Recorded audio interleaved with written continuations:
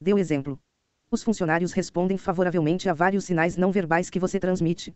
Como age, quanto se concentra em resultados, quanta pressa demonstra ter, quão intolerante demonstra ser com o desperdício de tempo. Pense na última reunião que dirigiu. Era realmente necessário manter 9 funcionários numa sala durante 4 horas. Todos realmente se beneficiaram com o que foi dito, ou melhor, contribuíram para o que foi dito? Era tão importante assim que Janete estivesse presente durante toda a reunião.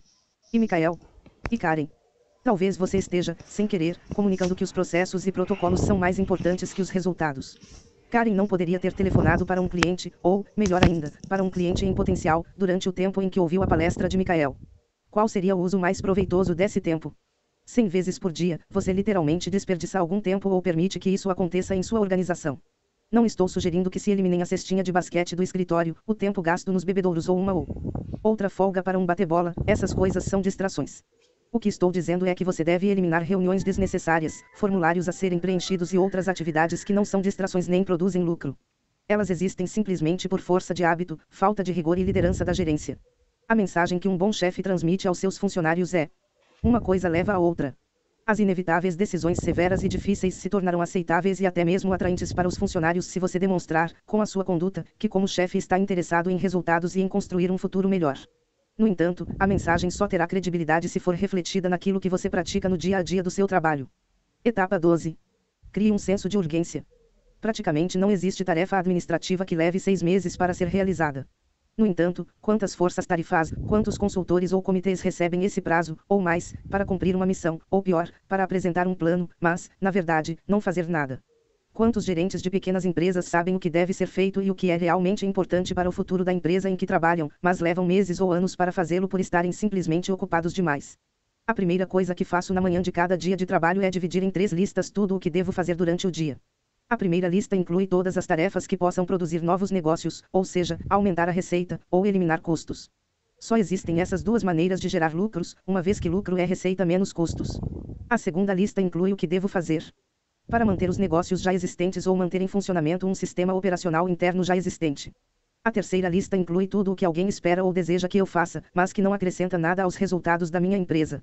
Jamais começo a trabalhar a segunda lista antes de terminar a primeira e nunca passo a terceira antes de terminar a segunda. Sempre termino o que estava na primeira lista antes do meio-dia, quando a minha mente está mais alerta e a minha criatividade é maior. Sempre faço tudo o que estava na segunda lista até a metade da tarde. Às vezes termino de fazer o que estava na terceira lista e, às vezes, decido que já chega e vou para casa. Esta sequência é o oposto da tendência humana normal.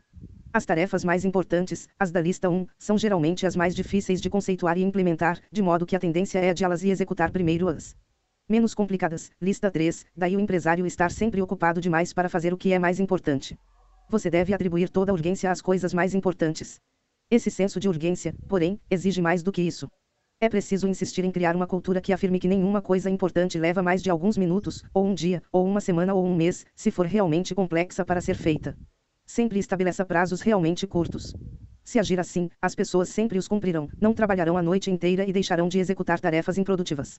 É esse o verdadeiro benefício dos prazos curtos. Minha filosofia é sempre manter grande escassez de recursos, pois este é o único meio de fazer com que as pessoas tratem de separar as tarefas produtivas das que não o são. O oposto também é verdadeiro: quando possuem um prazo maior, entra em ação aquele velho princípio que diz que o tempo gasto em uma tarefa aumenta na proporção do prazo concedido. Jamais convoque uma reunião para discutir um assunto, e sim somente para tomar uma decisão. Nunca, ou raramente, aceite do seu interlocutor uma resposta do tipo vou pensar no assunto e mais tarde lhe telefono. O que ele saberá mais tarde que já não sabe agora? Deve tomar a decisão agora, para que mais tarde possa tomar outra ou realizar outra tarefa e, assim, ser duplamente produtivo. Lembre-se, a impaciência que teima em fazer as coisas agora é uma grande produtora de lucros. Além disso, gera enorme respeito por parte dos que estão à sua volta. Ninguém respeita um indivíduo que sempre deixa para amanhã o que pode fazer hoje, todos admiram os realizadores. Sempre que entro em algum escritório, solicito dos meus auxiliares um número maior de coisas. Você poderia pensar que eles têm pavor de me ver. O que ocorre é exatamente o contrário. Repetidamente, me dizem que a minha presença lhes serve de estímulo, que o meu senso de urgência e o modo como o transmito são contagiosos, animadores e lhes dão maior entusiasmo pelo trabalho. Crie e mantenha um forte senso de urgência em sua empresa e você colherá os resultados em termos de maior concentração de esforços e maior produtividade por parte de todos. Etapa 13. Convertendo a cultura em ação. Há um fluxo contínuo de feedback entre cultura, ação e resultados. Você usa palavras para criar uma cultura voltada para os lucros, mas é com os seus atos que dá credibilidade a essa cultura. Os atos produzem resultados que, por sua vez, lhe permitem recompensar os que merecem ser recompensados. Essas recompensas fazem as pessoas acreditarem mais na cultura, reforçando-a. Todos os funcionários passam a se concentrar nos lucros, os resultados se multiplicam e o fluxo recomeça. É hora de examinarmos algumas das medidas mais específicas e concretas que você deve tomar para dobrar os lucros da sua empresa. Vejamos, primeiro, como reduzir os custos, que é o assunto da parte terceiro. Parte terceiro. Criar a cultura. Reduzir os custos. Etapa 14. Todo custo pode ser reduzido. O primeiro passo no sentido de reduzir custos é encarar todo custo como, na melhor das hipóteses, um mal necessário. Em nossa sociedade, muitas pessoas encaram os custos como algo positivo. Custos maiores significam uma organização maior a ser gerida, uma burocracia maior a administrar, maior respeito por parte dos amigos e vizinhos. Sempre me surpreende o modo como as pessoas me perguntam sobre o tamanho da minha empresa. Indagam quantos funcionários, não quantos clientes satisfeitos tenho, ou qual a minha receita. Respondo que somos uma empresa relativamente pequena em termos de funcionários custos, porém grande em termos de receita. Naturalmente, a verdadeira medida do sucesso é a receita, ou melhor, a diferença entre a receita e os custos. Eu realmente encaro todo custo, na melhor das hipóteses, como um mal necessário. Na verdade, digo aos meus companheiros de trabalho, não acredito em custos. E não acredito. Todo custo é algo que deve ser, implacavelmente e tanto quanto possível, banido de qualquer firma. No dia a dia, a manifestação desse modo de pensar é que eu e você devemos ver todo custo como um obstáculo a ser vencido, ou seja, precisamos encontrar um meio de eliminá-lo. Quando visito uma empresa e vejo espaços vazios em um escritório, ou uma recepcionista lendo um romance, ou um computador que não é usado, ou ainda um gerente improdutivo e afogado em papelada, vejo logo, instintivamente, uma oportunidade de aumentar os lucros. Nenhum custo é completamente sagrado, nenhum gerente, nenhum sistema, nenhum cargo, nenhum gasto de capital. É verdade que muitos custos escapam ilesos ao meu ou ao seu exame, demonstrando ser necessários, mas a nossa atitude inicial deve ser eliminar todo custo que encontrarmos. Estou falando aqui de um orçamento zero que você deve manter na cabeça, não de um processo orçamentário formal.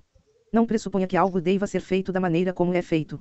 Em vez disso, pergunte-se, se eliminasse esse custo, perderia o quê, em termos de receita ou de lucro? Como e onde? Se não puder imaginar como e onde, não precisa desse custo. Tudo isso, e o que se segue, se aplica particularmente aos custos não estratégicos, ver etapa 7, mas também aos custos estratégicos. A princípio, estes, por exemplo, despesas com vendedores ou publicidade, produzem lucros, mas somente se forem bem utilizados. Devemos eliminar todos os custos estratégicos que não produzem lucros, de modo a termos mais dinheiro para despesas realmente produtivas. Eu estou escutando um Etapa livro 15. aqui. Primeiro reduza os custos, depois faça perguntas. O erro mais comum cometido por um gerente, e pelo presidente ou congresso de um país, é ser cauteloso demais quando se trata de reduzir custos. Só devemos reduzir o custo a quando tivermos a certeza de que essa é uma decisão acertada. Isso é pensar às avessas. O certo seria, só devemos manter esse custo se tivermos a certeza de que é necessário. Certa vez eu disse ao presidente de uma firma, a quem prestei assessoria por 5 anos, que o ônus da prova devia ficar a cargo de quem gasta dinheiro em sua organização, não dele quem corta despesas. Ele respondeu que se eu conseguisse implantar esse conceito em sua empresa teria lhe prestado o maior dos serviços. Reduzir custos tem o seu lado reconfortante. Se você estiver errado, alguém sempre lhe avisará e poderá restaurar o custo que eliminou. Na empresa típica, toda a pressão é no sentido de gastar mais. Admita 3 novos funcionários em vez de 6 no departamento X, e eles, inevitavelmente voltarão para dizer que estão sobrecarregados de trabalho. Compre 10 computadores em vez de 15, e logo receberá uma requisição para os outros 5. Reduza demais os custos e terá muitas oportunidades de corrigir seu erro. Se gastar demais, seu dinheiro não voltará nunca. Você tem de mudar o modo de pensar da sua organização, a começar por você mesmo. Em caso de dúvida, corte mais e gaste menos. A tendência de aumentar custos é tão grande que somente uma força oposta muito determinada e poderosa consegue detê-la. Etapa 16. Estabeleça orçamentos arbitrários e não negociáveis. A fim de primeiro reduzir custos, depois fazer perguntas, a administração da empresa pode estabelecer para determinado setor um orçamento bem limitado e deixar ao encarregado a tarefa de encontrar um meio de se manter dentro desse orçamento. Certa empresa de serviços profissionais com a qual trabalho tem uma receita de 50 milhões de dólares por ano e costumava gastar 250 mil dólares por mês com materiais e serviços de escritório. Uma rápida análise deixou claro que ninguém nunca fez qualquer tentativa séria de controlar ou minimizar esses custos. Adverti que, em minha experiência, as despesas com suprimentos de escritório são 40% menores nas empresas que se preocupam com os lucros do que nas comuns, ou seja, como aquela. Estabelecemos um orçamento um tanto arbitrário, isto é, baseado na nossa opinião e não em algum estudo detalhado e dispendioso, igual a 60% das despesas anteriores, ou seja, 40% menor. O chefe da empresa declarou: Que só podemos dispor desse dinheiro, não emitiremos cheques que ultrapassem esse total, portanto, não estourem o orçamento. Todos trataram de obedecer. O orçamento foi respeitado no primeiro mês e é respeitado há 22 meses. O dinheiro economizado pela empresa chegou a mais de $1 milhão por ano, ou 2,4% do faturamento. O tempo gasto para realizar essa economia foram os 15 minutos em que tomamos tal decisão, outros 5 para redigir o memorando que anunciava o novo orçamento e meia hora para informar e motivar os supervisors interessados. Mais tarde, verificamos os métodos adotados para realizar essa economia. Descobrimos que os supervisors recorreram à criatividade e autoridade para evitar redundâncias, desperdícios e confortos desnecessários. Nem todos precisavam ter na sala o tipo mais caro de quadro branco, com moldura de madeira. A redução de custos deu certo graças à sequência adotada. Não pedimos que cada supervisor nos informasse quanto às reduções que podiam ser feitas e usar essas informações para estabelecer um orçamento. Em minha experiência, esse método teria produzido uma economia de, no máximo, 5%. Em vez disso, nós mesmos estabelecemos um orçamento baseado em nossa experiência e opinião e deixamos que os supervisors reagissem. Se houvéssemos cortado demais, o que não foi o caso, eles teriam nos advertido e, mais tarde, aumentaríamos a verba. Na organização em que trabalha, existem muitos exemplos de custos, alguns grandes, outros pequenos aos quais você pode aplicar esse método. O resultante aumento de lucros está à sua espera. Tudo o que é preciso é a decisão e a experiência para realizar tais economias. Etapa 17. A necessidade de pedir a aprovação do chefe. Há outro método altamente eficaz que você pode usar para reduzir custos. Não elimine a despesa em questão nem estabeleça um orçamento, simplesmente anuncie que qualquer autorização de despesa terá de ser feita em contato pessoal e direto com você. Faço isso em muitos casos: aquisição de mobília nova, admissão de um novo funcionário, contratação de serviços externos, tais como mão de obra temporária, pesquisa de mercado, etc. Os resultados têm sido excelentes. Alguns funcionários me escrevem um memorando conciso e convincente, apresentando os motivos pelos quais a despesa é necessária, e eu os aprovo. Mas tais pedidos são raros, o restante do dinheiro que antes era necessário nunca é solicitado, portanto deixa de ser gasto. Todo mundo gosta de gastar dinheiro anonimamente. Ninguém quer ser apontado como gastador e ter de pedir ao chefe que autorize uma despesa, a não ser que tenha um motivo justo. Essa técnica tão simples serve para estabelecer uma diferença quase perfeita entre despesa justificada e despesa desnecessária. Torne trabalhoso o processo de solicitar despesas. Não crie um simples formulário a ser preenchido. Não seja muito fácil de abordar. Sempre examine cuidadosamente as solicitações que venha a receber e desaprove o maior número possível delas. Adquirindo essa reputação, você verá seu sistema funcionar. A maioria não terá ânimo de pedir, mas as despesas justas serão aprovadas. Se for muito acessível e mole demais, não tirará muito proveito do sistema. A lição das etapas 16 e 17 é: não gaste dinheiro ao acaso nem rotineiramente. Transforme o ato de gastar em um processo difícil, que deve passar por vários trâmites para ser justificado. Etapa 18. Nenhum custo é tão pequeno que não mereça análise. E este princípio é muito simples. Mostre aos funcionários que você se preocupa em poupar dinheiro quando a despesa é pequena, e verá quanto esforço eles farão para poupar quando a despesa é grande. Encare toda despesa como um mal necessário, sem exceções. Se ceder 1 milímetro, é provável que tenha de percorrer 1 quilômetro. Examine todos os custos, e a sua mensagem será levada a sério. Além disso, é com as pequenas despesas que se pode fazer uma economia. Seja coerente. Todo custo deve provar ser necessário. Etapa 19. Não se preocupe, os funcionários o respeitarão. Há gerentes que receiam passar por maus sujeitos, ou sovinas, quando se mostram rigorosos em relação a reduzir despesas. Mas, se você demonstra competência no que faz, esse receio é infundado. Firmeza e competência geram respeito, não ressentimento. É a combinação de firmeza, incompetência e mediocridade que gera ressentimento. Portanto, se demonstrar competência, sua firmeza será aceita. Por irônico que pareça, muitos gerentes são suficientemente competentes sem saber. Como já disse antes, a ênfase na redução de custos, a ênfase em ser o melhor, é mais uma questão de vontade e determinação do que de alta tecnologia. Para quem se mostra resoluto, é relativamente fácil ser um bom gerente e maximizar os lucros. É apenas uma questão de adotar o modo de pensar correto e arregaçar as mangas. Se você for resoluto, será competente, e se for competente, será respeitado e aceito.